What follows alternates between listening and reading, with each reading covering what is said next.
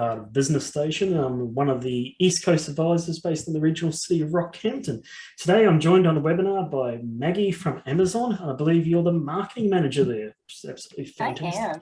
Amazon's absolutely an incredible platform because it gives you a new possibility to reach audiences and actually do sales. And I'm going to admit, Amazon is actually a platform that I don't know a lot about. So I'm really excited for the session to actually learn for myself. But for all our attendees that are on today with this webinar, if you do have any questions at any point in time, please leave them in the chat. We're going to go through them as we go. So over to you, Maggie. Tell us about managing your Amazon inventory. Surely, yes. Thank you for the wonderful introduction, Liam, and thanks for joining as today's host from Business Station. As I said before, if we started the recording, if you are joining us for the first time, then welcome. Hopefully, since we are 6 weeks into this 8-part series, this is not the very first time you're joining, or maybe you're an experienced seller and you want to learn more about managing your inventory. But either way, we're so happy to have you here. And I will be sharing, as Liam said, some more details building very much on last week's webinar about how to manage your FBA inventory. So just to give a little recap of where we've been, throughout this series, we've talked about the benefits of selling on Amazon, both in Australia and around the world. We've talked about setting up an account, listing your products, and expanding your business through some other products and features like brand registry, as well as of last week's webinar, becoming an Amazon FBA seller using Amazon's Fulfillment by Amazon warehousing and fulfillment solution to get your products to customers. So today, as I said, we'll be building on that by talking about how once you get your first products into FBA, you can work to continue to grow that aspect of your business and make it as easy as possible to essentially sell products in your sleep, like Victoria said last week. So without further ado, I will get started and I'll share my screen. This is always the part where I get nervous that I'm gonna mess something up. So here we go. Oh wait, as I said, never a quick 1, 2. Okay.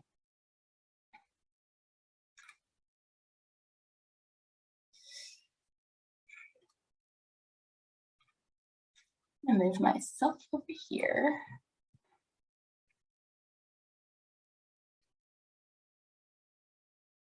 And here's what we're gonna do.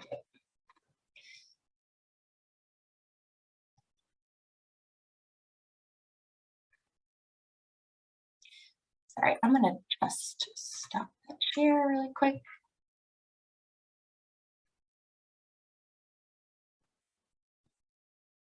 And instead,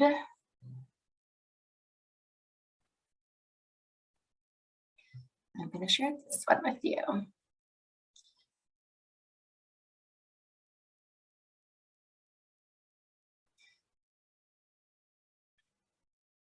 All right, now you're seeing how the sausage gets made, which is never my intention, but here we are.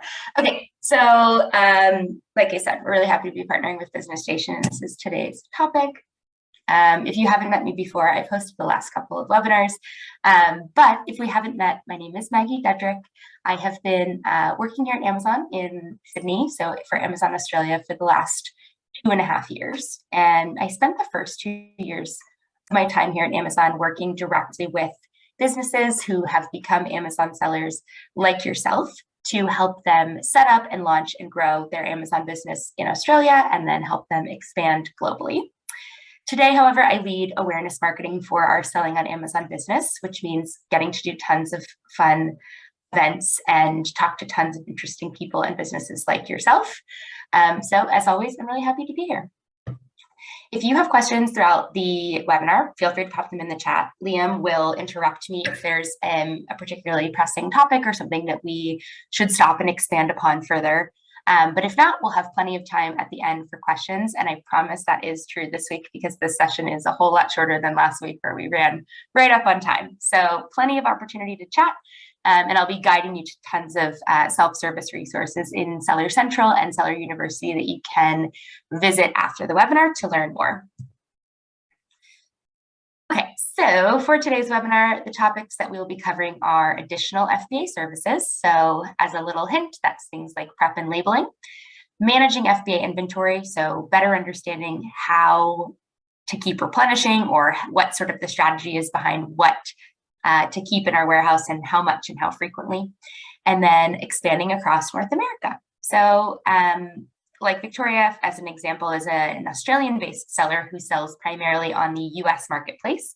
That might be the case for some of you, or that might be what you're looking to do with your Amazon business. So that third portion of today's webinar will be helpful if that is you. So in last week's webinar, which was a meaty one, no doubt, we talked about getting started on FBA, the key benefits, how to create your first order and get that shipment of your inventory into one of our 6 Australian-based warehouses, or our hundreds of US-based warehouses. So now that you know how to do that, and if you did that in this last week, kudos to you. You may be wondering, like, what happens now that my inventory is stored at Amazon's warehouse and I am selling products and being notified and not having to lift a finger? What else do I need to do? So we'll dive into some of the additional FBA services that you can opt into. And the first of those is the FBA Prep service. So this service helps to ensure that your products are properly packaged and prepared for fulfillment. There are specific guidelines, as you might imagine, for packaging and preparing the products that you send to us, to help us reduce the delays in receiving those within, like, our teams receiving them in our warehouse. And it also helps immensely to protect your products while they're being stored in our warehouse before they're shipped out to customers, and ultimately to ensure that we create a positive customer experience when your customer receives your product from FBA. So if you decide to use the FBA Prep service, Amazon will prepare eligible products for you for a per unit fee. I don't want to speak out of turn and quote specifically what that is, because there's a bit of a fee schedule with regard to different size and categories of products, but it's somewhere between 50 to 90 cents per product. So it does, I mean, it's certainly an advantage to save you the time and effort, but there is understandably a fee associated. So after you enable the service, so after you opt into the FBA Prep service, you can choose within your shipping template whether you would like Amazon or yourself to prep those products that you're going to be sending into our fulfillment center. So if you do, please ensure, if you do rather opt into having Amazon do the prep, please ensure that you safely send your inventory in bulk to our fulfillment center. We prefer a larger size shipment when it comes to Amazon handling prep, rather than what we call drip feeding and sending like a shipment of 5 units a week or something like that. When you build out that shipping plan, you will obviously tell us how many units you are sending and how many you would like Amazon to provide prep for. And we will provide an estimate of the prep fees based on the expected services for those selected products. And as I said, this is somewhat intentionally vague because different product categories require different prep, which costs a slightly different amount. And as a reminder, when we talked about restricted products in previous sessions, things that require prep are consumable products that might be like spillable or breakable, anything that needs opaque packaging like adult products, toys, which may require some specific safety packaging. So you may be wondering if your products need prep, and the links that we can provide after this webinar can help you determine if the products that you specifically sell would require prep, and if that's something that you might want to enlist Amazon's help for. Alternatively, I mean, this may be the case if you are already aware of some of the prep that might be required for a product like something breakable, for example.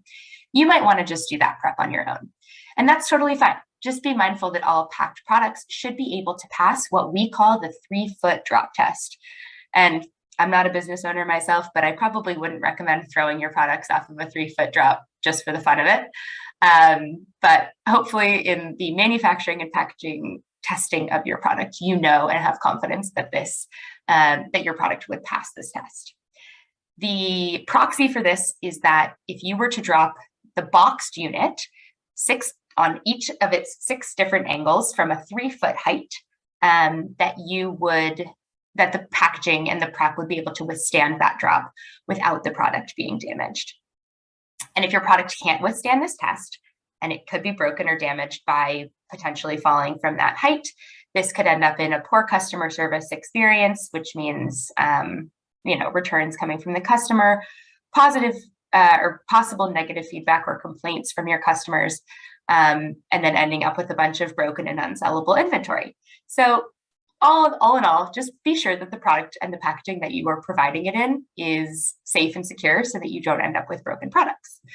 As I said, consumable and like spillable items, there's lots of guidance and specifics around packaging those. So if you're preparing and sending liquids, pastes, gels, creams, anything that's like liquidy, I guess, make sure that you visit Seller Central and read specifically about the guidance for those.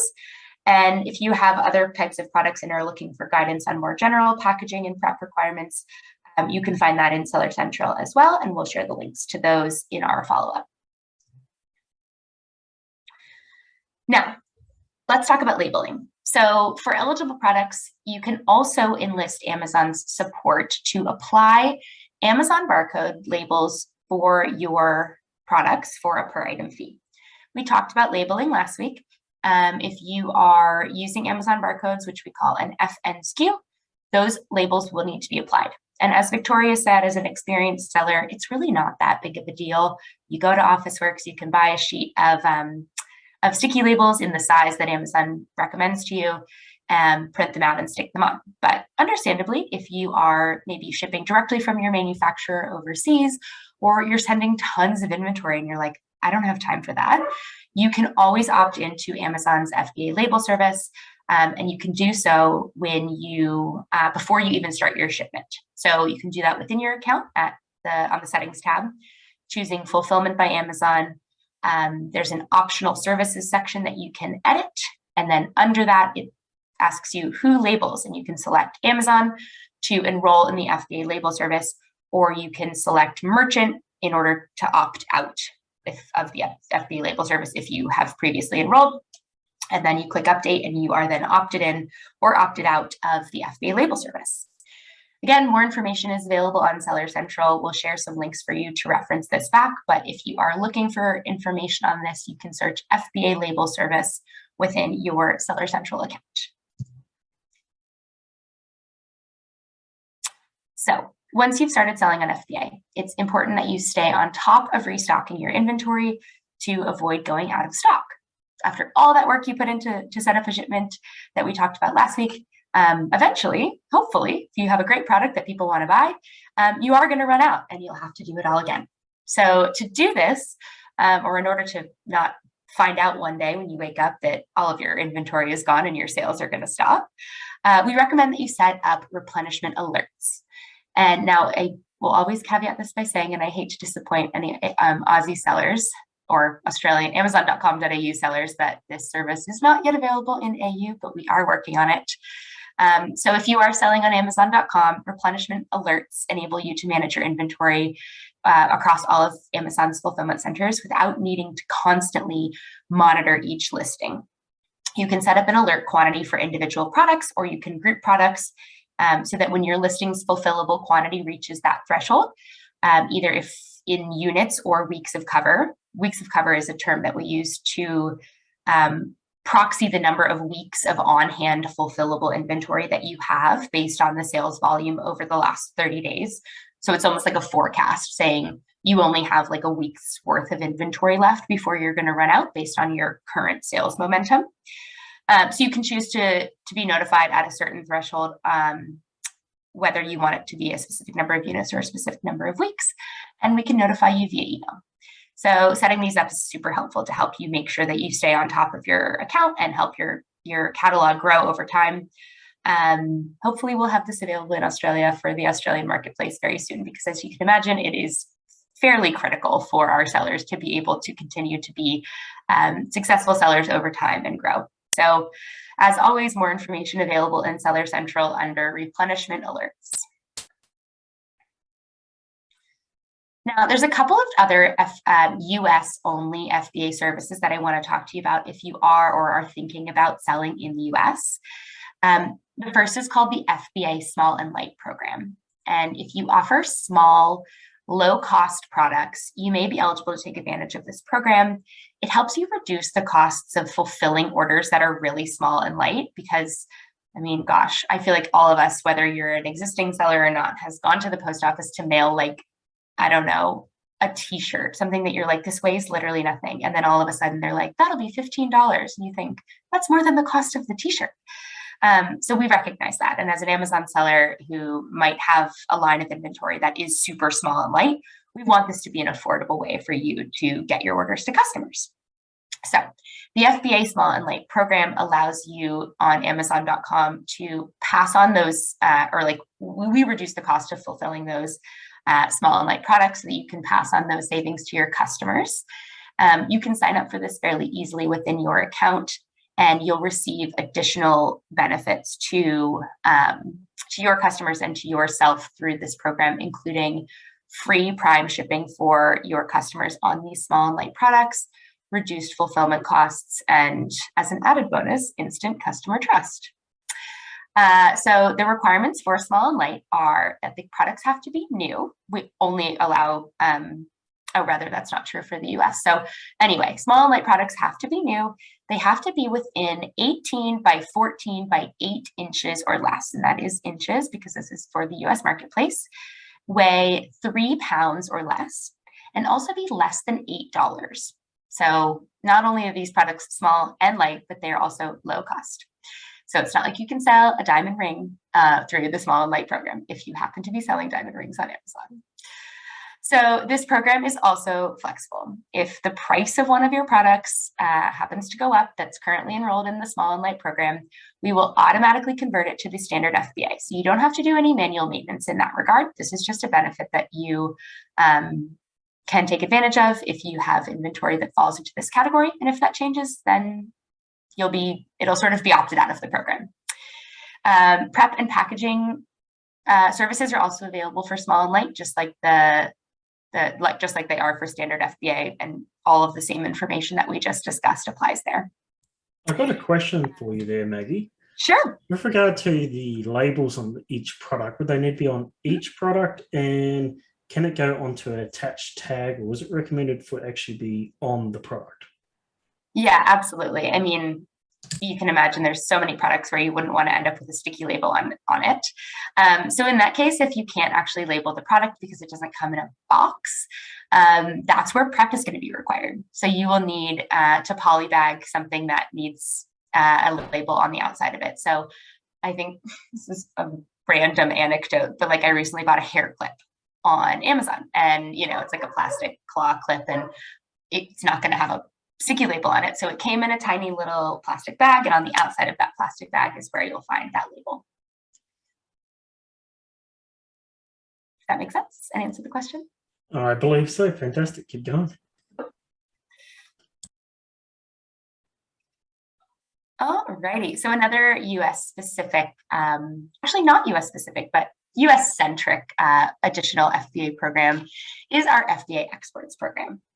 So at no extra charge, the FBA Exports program can help you expand your business to more customers in more countries. This started in the US on Amazon.com, and international customers. Actually, this is really a good like tie-in. So many people that I speak to in Australia said that they remember shopping on Amazon.com before Amazon.com.au launched here in 2018. And that was actually part of the FBA Exports program. So customers from hundreds of countries around the world can shop on Amazon.com from their own home region. And those can be sent to them from the US using FBA Export. On Amazon.com.au, we proudly last year launched the exports program for our New Zealand customers, which means that people who are living and shopping from New Zealand can shop on the Amazon Australia store and get products shipped to them in New Zealand using FBA Exports. And Amazon takes care of the import duty and customs clearance to get those products to those customers, and the FBA fees that you are already paying on a product are the same no matter if the customer is shopping from another country. So It's worth noting that here in Australia, if you are selling on amazon.com.au, exports is enabled for New Zealand by default. You can always opt out. The international buyers are the ones who are going to take a bit of the hit, I guess you could say, by paying those international shipping costs and customs duties. But for you, there's no extra cost to fulfill those FBA export orders. Amazon's return policies are applied to any FBA export sales as well. So we'll be considering products the same way as eligible for return, no matter where they were sent to and from. We'll be touching on returns more in just a moment. The only caveat here is that multi-channel fulfillment orders will incur additional fees with regard to FBA exports. So if you are using multi-channel fulfillment and open to sending that inventory overseas, there will be additional costs associated with that. This is a really fantastic advantage that up until last year was only available to our Amazon.com sellers. So we're really happy to be able to at least close our little Tasman bubble here to be able to serve our New Zealand customers. And if you do sell on Amazon.com, know that you have the ability, when your inventory is stored in a US warehouse, to reach customers effectively around the world.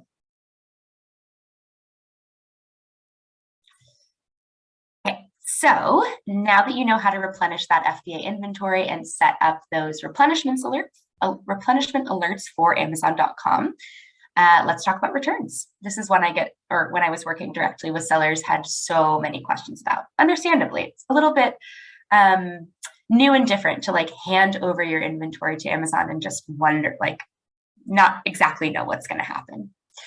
As we mentioned earlier, one of the benefits of FBA is that we handle those customer service inquiries and the return requests on any FBA inventory that you are selling.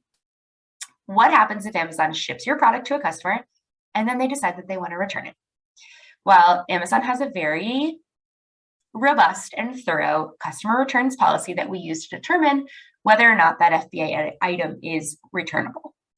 So to ensure a great customer service experience, returns are accepted by customers beyond the time frame stated in these policies if certain criteria are met. But in most cases, customers can return an item within 30 days of receiving it. When a customer returns an item back to the fulfillment center, the conditions of that product are assessed and evaluated. So we're looking to determine if the item is sellable or unsellable when it comes back to our warehouse. If the item is sellable, so it appears to be completely unused and still in its original packaging, and it was just a change of mind return, then in most cases, we will return that inventory back to your sellable inventory. A return item is classified as unsellable if for any reason it has come back to us in different than in the condition that it was sold in. So that includes anything that is defective, damaged, opened, lacking required labeling, prohibited, comes with any sort of changes to the product, or in some cases, we've referenced a lot of consumable products, if it's been opened such that it will pose a health and safety risk to the next customer that buys it, or even the associate in the warehouse that is handling it.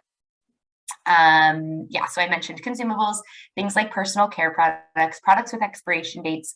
If those are returned, we are typically going to deem those unsellable. And the second sort of evaluation stage for unsellable products is assessing who caused that product to be unsellable. So after the assessment is complete, we'll be able to determine if the customer is eligible for reimbursement. So there are cases in which that item is returned, but because the customer caused the damage or unsellable nature of the product, they are not eligible for reimbursement. So it's very much assessed on a case-by-case basis. We do our very best to ensure a positive customer experience for our shoppers, but also make sure that you as sellers are not being disadvantaged by our customer returns policy. So it really is the best of both worlds, and it is meant to serve and benefit everybody involved in this transaction. So we recommend as a seller that you stay up to date on your returns, and this can be found within a report in Seller Central called your FBA Returns Report. This allows you to view the condition of the returned item, a short description from our associates about the reason for the return and the condition that it's been assessed in, and the status of whether or not the item is going to be considered sellable or not.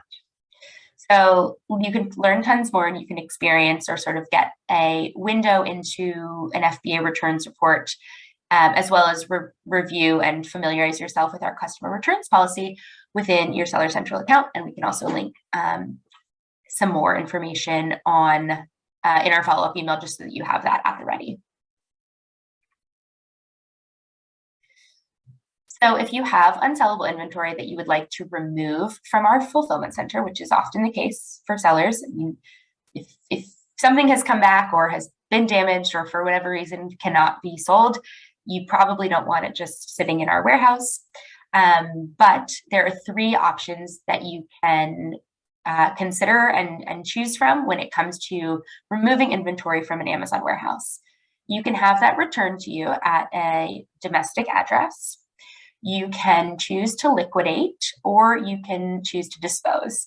Disposing items includes donating, recycling, and destroying or like sending to a landfill.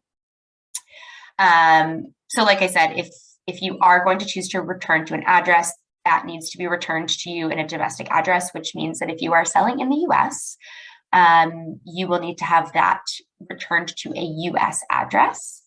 And then if you want that product returned to you in Australia, you will need to organize this through a third-party logistics provider that can help you get that inventory from likely their US-based warehouse to wherever you'd like it to be sent in Australia. So we can share more information on removal so that you can assess potential case-by-case basis,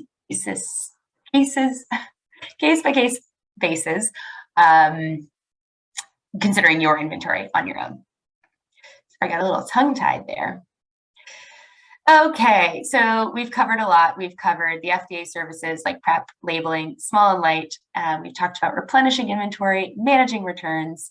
So last but not least, we're going to cover FBA storage. Alrighty, so if you are an existing seller, hopefully you're familiar with an IPI score. But if you're not, an IPI score is, I'd call it a made-up Amazon metric, to be fair. It's a score that's based on how well you drive sales and how well you manage your on-hand inventory. So you can think of an IPI scale, you can think of your IPI score as a scale, like a balancing scale like this. And it tracks the balance between the inventory that you have in the warehouse in relation to your ability to ship those units. So for example, if you keep too many units on hand without shipping them, so in other words, like if you're not making the sales that you thought you would, your scale is going to be tipped to holding too much excess inventory or overstock. And to keep that scale balanced, a good guidance is to maintain enough inventory to cover between 30 and 60 days of your expected sales, or 1 to 2 months. So there are a number of factors that influence that IPI score. Obviously, like I said, you can reduce it to thinking about like how quickly are you what's the run rate of your inventory coming in and leaving our warehouse? So inbounding from your business and then outbound to customers. The most important factors that you can keep in mind and like keep yourself monitoring through your performance dashboard in Seller Central, there are 4. First and foremost, there's excess inventory, which is the proportion of inventory units that we would consider to be excess based on the rate at which you are selling at that present moment. There's sell-through, which is the number of units that are shipped over the last 90 days divided by the average number of units on hand in our fulfillment center during that time period. There's stranded inventory, which indicates the proportion of that inventory that's not available for purchase. Sometimes that's due to listing issues. Sometimes that's due to lost sales or unnecessary storage costs.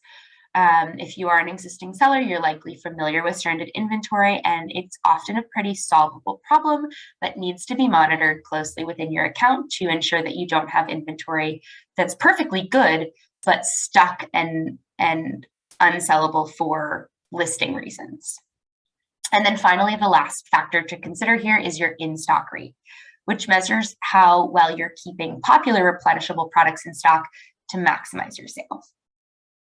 So your IPI score is a composite of your sustained inventory performance over time. It's not designed to be reflective of like recent actions taken. It's sort of an aggregate of your entire lifetime as a seller on Amazon. So it's relatively stable, and we want to make sure that you're not being subject to big fluctuations in your IPI score so that it doesn't impact your ability to do inventory planning and run your business for all intents and purposes. We've got a great Seller University video all about IPI scores that you can access within Seller Central. We'll link those out in our follow-up. So on the back of IPI score, as I mentioned, this plays a big factor in things like business operations and inventory planning. You might be thinking, like, how much inventory can I send? Can I send everything I have? Can I don't know, place like a massive order from my manufacturer and just have them drop it off at Amazon? So restock limits tell you your current maximum inventory level. And if you weren't aware of this, we do have to set inventory limits per seller because we have a finite resource, which is space. Even though we are building warehouses, it feels like every 6 months, and they are big and they're getting bigger, like our brand new Sydney warehouse, which is like the size of, I don't know, actually, I don't remember exactly how big it is. It's massive. We still have to limit the amount of inventory that we send. And it's kind of a fine art to be able to ensure that we are maximizing our space, but not going over our limit. So back to restock limits. We have limits imposed on every seller, which is called your maximum inventory level and utilization quality. So if your utilization quality is below the maximum, then you'll see the number of additional units that you are allowed to send in as listed as your minimum shipment quality. Removing overstock is one way that you can create more room for inbound. So if you know that you've got a big shipment of a brand new product coming in and you're still stuck with a bunch of old stuff, that's when you might want to do a removal. But there are other ways that you can proactively prevent yourself from hitting your maximum inventory level. That's things like only sending the expected amount of inventory that you plan to sell in roughly 1 to 2 months. That's shipping smaller quantities and replenishing more frequently. But again, finding a bit of a fine art so that you're not drip feeding 5 units every 5 days or something like that. And then also, this is a good hygiene practice that many are not aware of, but deleting shipments that you're not intending to use. So if you have a shipment that's within your account but hasn't actually shipped, it's still affecting your maximum inventory level. So only have shipments created within your account that you plan to use. I will note that if you are selling in the US, reducing frequent small shipments, like I understand that small shipments probably isn't feasible if you are based in Australia using a manufacturer likely in China and then trying to ship to the US. So a great solution here is enlisting a third-party logistics provider to help you manage the flow of shipments to FBA. So for example, if you wanted to order 3,000 units from your manufacturer, but you're a new seller and you only have enough stock for, say, 1,000 units in your maximum inventory level, you can still order 3,000 units from your manufacturer and have them sent to the US and keep those remaining 2,000 units with your 3PL so that they can drip feed your products to a fulfillment center as your products sell more. So it's definitely a fine balance, ensuring that you're being frugal with your investment in your manufacturer, but also working within sort of our warehousing system, because we just don't have enough room for everybody's everything. We touched on this in webinar 4, if you remember. So 2 weeks ago, Sarah was leading that webinar. You can get discounted delivery on FBA warehouses in the US through the Amazon Partner Carrier Network. And you can find out more about those within your Seller Central account for the US. And you can also find recommendations for a 3PL in the US, so one that meets the specific needs that you have, by searching the Seller Central Partner Network, which has tons of different listings and offerings of people who provide that kind of service. So if you are not looking for a 3PL at this time, but you still need to find some more information on restock limits, feel free to search for that in Seller Central. Okay, so before we wrap up, wow, this is taking longer than I expected. I want to touch on North American expansion opportunities for our US sellers. And again, this is even though you're based in Australia, if you are an existing US seller or plan to be a primarily US seller, this is a really helpful tidbit of information to help maybe make the case. We offer an additional program for North American sellers called Remote Fulfillment with FBA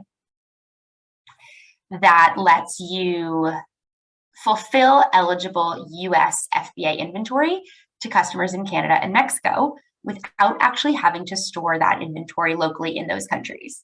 So it's kind of like an even better kind of extension of the exports program, just because of the benefits that we've been able to create as like a bit of a bubble between those 3 North American countries. So all professional US sellers have access to the North American Unified Account. And this is the account that allows you to create and manage product offers that are shared between the US, Canada, and Mexico and sell from just a single interface. And many, but not all products are eligible to sell through remote fulfillment. So this is where specifics that I'm not aware of come into play. The product must meet the eligibility rules for each specific store, Canada and Mexico. And they differ based on like local import requirements and customs and all of that. So all of those answers are available to you by looking up remote fulfillment with FBA and Seller Central. Just make sure that you familiarize yourself with the specific requirements there before you get excited about selling across North America. Alrighty, so we are getting to the end here. If you need extra help on any of the topics that we talked about today, Amazon has a couple of resources that hopefully you will find very helpful. You can always learn more, and I reference it constantly, so I'm sure I sound like a broken record, but you have everything you need to know at your fingertips on Seller Central via Seller University. This is a free tool that we have created and kind of expanded upon from our US counterparts with instructional videos that is housed within the Amazon platform. It's also usually housed on YouTube, but we are currently revamping our YouTube page, undergoing some maintenance. So best to find that within Amazon at the time. Seller University covers topics from end to end on the seller experience. You can find guidance on listings. You can find step-by-step walkthroughs of how to set up FBA and your first shipment. So if you feel like watching webinars is not sinking into your brain, you can always find this stuff there. As well as information on expanding your business, which we'll be talking about in the next 2 webinars about growing your business through advertising and additional marketing tools. So if you need more information, find the Seller Central page or the Seller University page in Seller Central. If you are looking for additional support, you can always reach out to our seller support team within your account, and they can help troubleshoot any specific questions that you might have. I also referenced the Seller Central Provider Network today for a number of different programs that we offer for the US and some for Australia. And there's loads of different providers out there who can help make those programs a reality for you. And finally, for our folks who are just getting started or those who are very interested in launching first and primarily in Australia, you can check out sell.amazon.com.au. And I'll make sure to link our Seller Central Provider Network and our upcoming events page in our follow-up so that you can access those easily as well. Alrighty, so as I promised, it was much quicker than last week. We're at only 35 minutes, so we have loads of time for questions. But hopefully you'll join us next week as well. We are going to talk about maintaining your selling account. So we're definitely into the phase of this webinar series, which is much more about ongoing selling success and maintenance. And then, like I said, the very last webinar in this series will cover expansion and marketing and tactics like that. So thank you for joining me, and I will stop sharing my screen just so I can see the chat better, and then we can walk through some questions. Yeah, so if anyone has any questions at this point in time, now's a great chance to take in the expertise of Maggie and ask those. I actually do have a question myself, which you might cover in another webinar, but whereabouts are the warehouses located? Sure. I may have mentioned it before, but I can certainly share again. So our very first was in Melbourne, and we then opened our second warehouse in Sydney. We now have one in Perth and one in Brisbane. And in the last year, we've also opened 2 brand new and state-of-the-art additional warehouses in Melbourne and Sydney. So that was sort of the order with which we opened them. But 2 in Melbourne, 2 in Sydney, 1 in Perth, and 1 in Brisbane. So wherever you're based, you can stock into multiple warehouses as well? Yeah, I talked about this a little bit last week, but and maybe it became clear again today. Managing fulfillment is quite a precarious and no small task. So if you are a seller in Australia, you may be assigned to a warehouse that's not your nearest, and that's because of the size of your product or the capacity that we have in a particular warehouse. We'll always take responsibility for getting your product to your customers no matter what. So even if you're based in Perth, but you get assigned to Sydney, that should have no bearing on your ability to be a successful seller.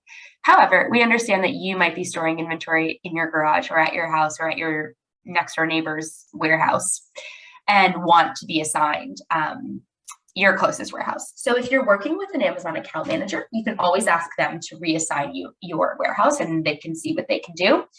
Or you can reach out to seller support if you have a specific request about where you're routed. Fantastic. That's incredibly detailed. Do we have any questions from our audience at this point in time? Very quiet group today, but hopefully that's because it was so clear. It was very, very clear, very detailed. Well, I'm happy to stick around for a couple more minutes, just in case anybody has something come to mind. But if not, we will be sending out the recording of this webinar as well as the links to a lot of the topics that I referenced so that you can keep those handy. Yes, Eva, I would agree that if you are at the early stages of selling, you're thinking, this is not where I am right now, but hopefully still helpful regardless. Oh, and same with you, Meredith. Well, feel free to reach out to Liam or myself as you get going, or anybody else that has been part of our webinar series, and we can either help you or get you to the right person. There's a survey that we have been sending around that also allows you to request support from an Amazon account manager. So if that's something that you think you might need to get started, let us know. Does it cost to be able to get into the Seller University? No, it doesn't. So Seller University is a self-service resource, which is different from like an Amazon account manager, but an Amazon account management services also don't cost anything. So no, there's no additional cost in that regard. Sounds like there's a lot of fantastic support options available. There's a lot out there.